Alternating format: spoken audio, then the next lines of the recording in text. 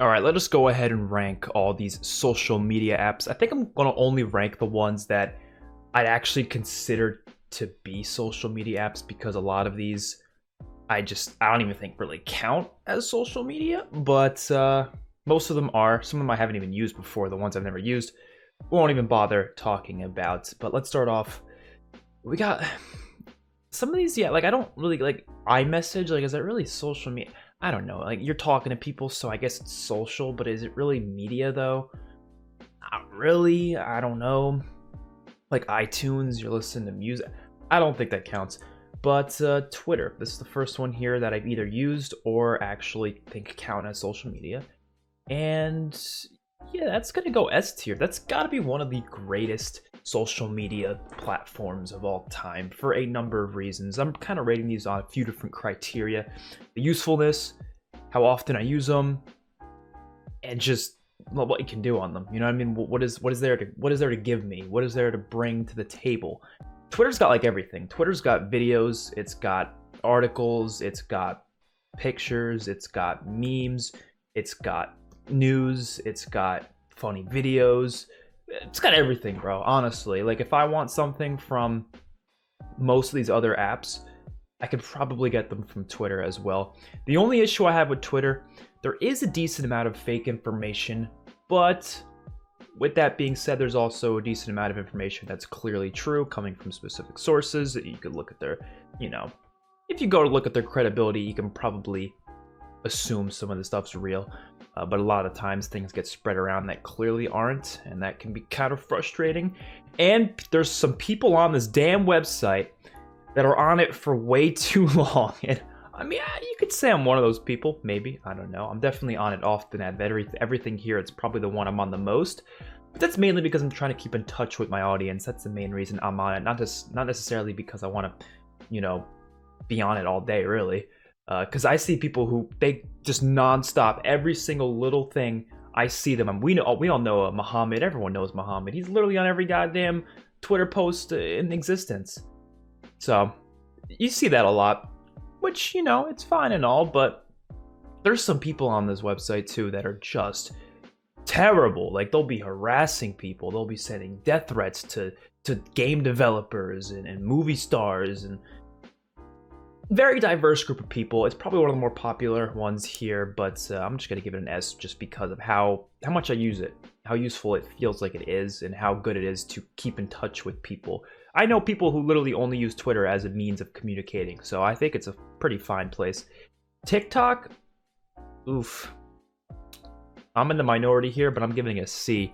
The reason why is because every single TikTok I could ever find, I could find on Twitter, I could find on Snapchat, I could find on YouTube, I can find it on anywhere else, Instagram as well. I could find it in many other places other than TikTok, but TikTok itself is just this endless pool of a lot of cringe and also some funny stuff. I'll admit there's some funny things on it. I actually didn't even have TikTok for a while. Only reason I got it is because I wanted to start posting some of my own content on it, because it is a pretty decent platform for discoverability. So I was like, why the hell not? I might as well make some TikToks here and there. But it's still just insanely cringe, a lot of it.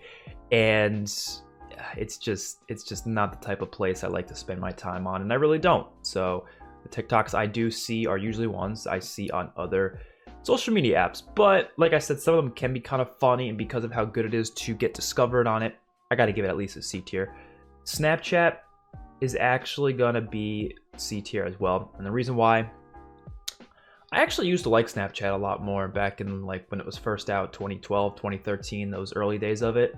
But it got to a point where people started using this more than they would actually text, and I don't enjoy communicating with people on Snapchat. The only reason I'm giving it a C tier over a D or an F is because the stories. I love the stories because they're very unfiltered. It's not like Instagram where it's clearly like not people's true selves. You know what I mean?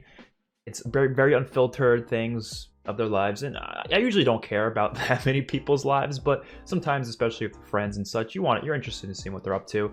And they post that stuff on their stories. So especially if you got like private stories with your friend groups, that's always fun. But when it comes to communicating, just text me. Like, I don't want to talk to you on Snapchat. I really don't.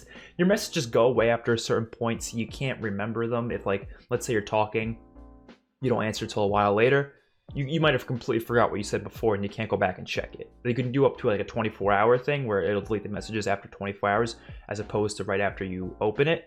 But even then, 24 hours isn't that long. So yeah, some people like that. Some people don't want their messages saved, but I'm not saying anything that I don't want other people to see. I don't really care. So it's like, I don't, unless you're like saying some really sketchy stuff, I guess sure, use Snapchat for that reason, but I'm usually not saying sketchy stuff. So I would prefer to have my messages saved so I can remember everything. And let's say someone tries to pull a fast one on you, you can pull out the receipt and be like, bro, you said this to me on this day, bro. Don't even try to lie to me. Snapchat, you can't really do that because the messages get deleted after 24 hours. So yeah, but the stories save it. The memories, the whole thing that works definitely saves Snapchat for me. So I'm going to give it a C for that. SoundCloud is another weird one because it's music. I don't really think music counts. I mean, I don't really use SoundCloud too much. I used to a little bit. 4chan, I can't say I've ever used. DeviantArt, I'm pretty sure that's just like an art sharing platform. I'm not going to really count that. Discord, we'll do Discord. Discord, I'm going to give a B. I think Discord's really good for community-like things, like talking to people and such between giant communities, because you can make your own Discord things. It's really good for that. The only thing holding it back for me is, well, it's not really something. It's not like a your average social media platform. It's more of a just messaging platform. But I don't really use it that often unless there's specific people who I could only talk to on Discord because, let's say, they're not playing the same console as me, so they can't talk in party chat. Got to use Discord. Or you're just trying to maybe do a collaboration with another creator, you got to talk on Discord. It's the best place to do that. That's why it's getting B. There's a lot of audio issues with Discord, though. I've noticed a lot, way more than I ever had with any other platform that when you're speaking to other people. So that's one of my biggest issues with it.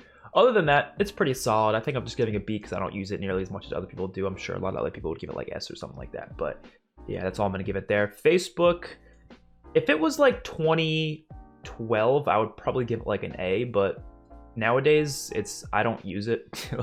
I think it's really interesting because my age is the cutoff, right? I've noticed everyone, even just a year above me, and older uses Facebook pretty much regularly. But my age and lower don't. They don't even touch it, which is really interesting. I think that's because my age range was just starting to get iPhones and such and iPods around the time Instagram came out, so we all kind of just geared towards Instagram instead of Facebook, which I guess makes sense.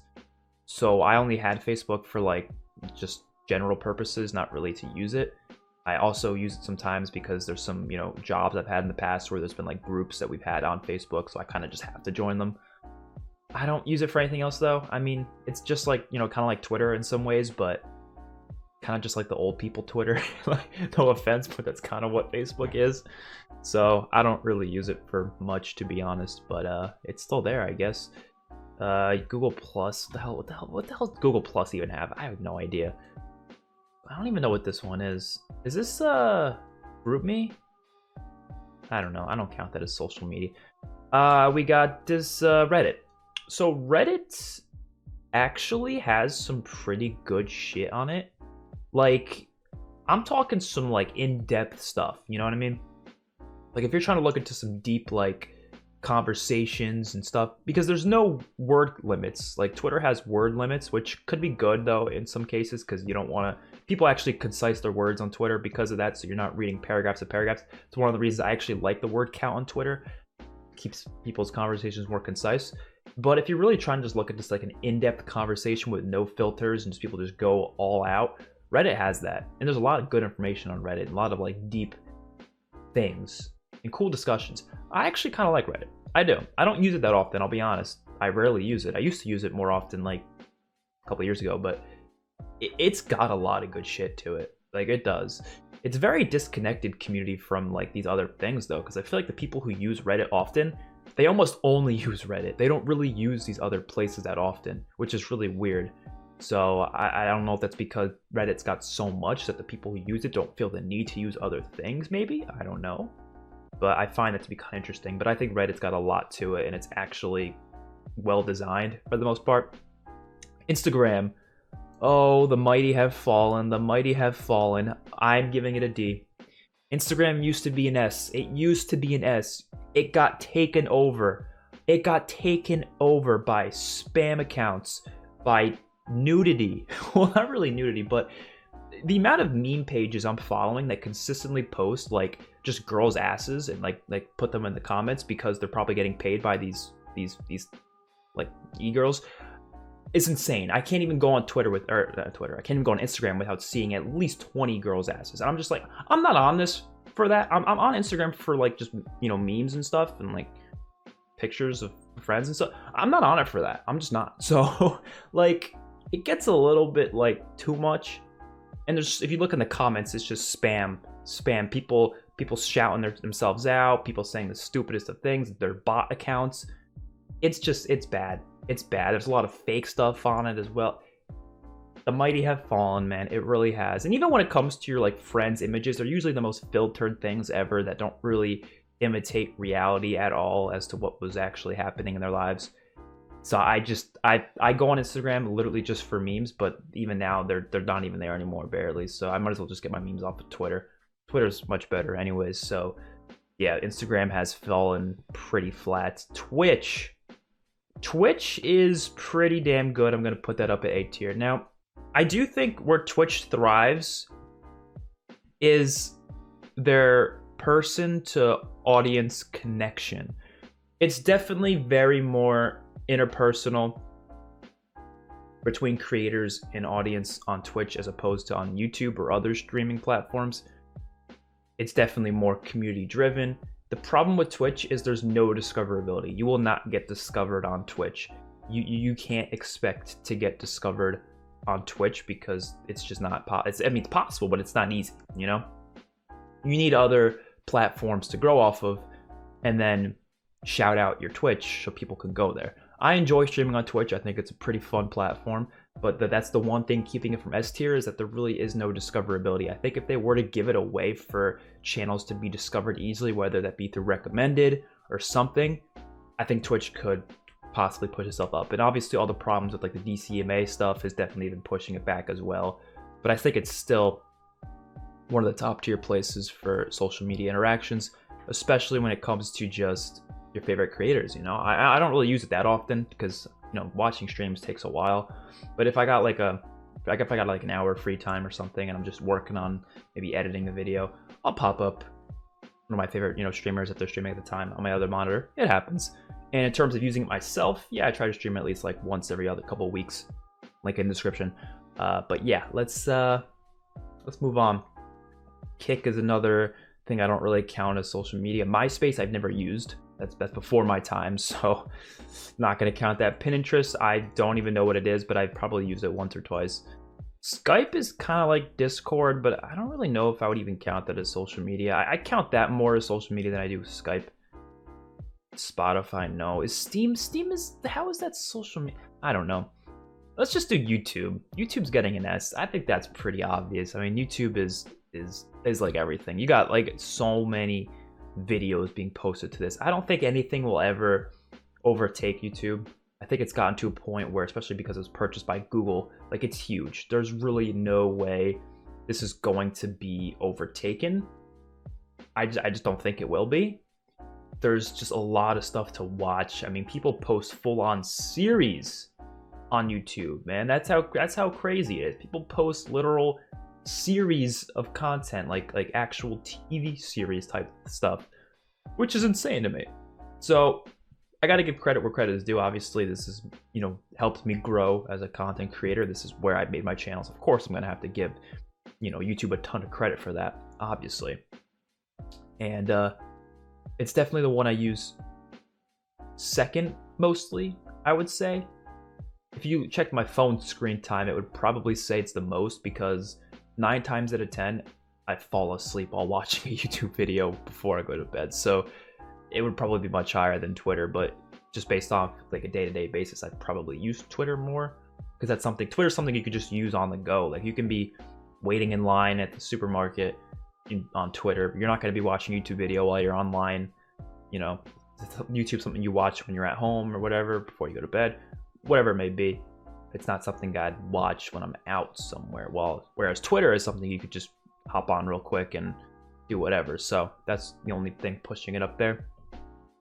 Vine, although it's dead, it's the same tier as TikTok to me. I was never a big fan of Vine. I find these short clips, like these short meme things, to be kind of just, they're there to stick something in your brain because of how short they are. That's the brilliance of these two apps, is that they're really good at making you have something stuck in your head because they're short. The shorter the clip, the more likely it is to get stuck in your head because it plays over and over again, and it replays itself. That's how it works. It just keeps replaying itself, which is just brilliant, because then people will start to get these, whether it be phrases or songs or something stuck in their head, and the next thing you know, they're looking up these songs, purchasing these songs, or they're consistently going back to that same clip and playing it again and again and again because it's stuck in their head. It's a brilliant idea. Like YouTube videos are nice, they're really long usually, so you're not going to get them stuck in your head as often. But the same issue with TikTok that I have is there's a lot of cringe on Vine. There was also a lot of good stuff, but most of it was to me cringe. And a lot of it you can get anywhere else. I can find those on Twitter, I can find them on YouTube, I can find them on really anywhere else. I don't have to go on Vine to find these Vines.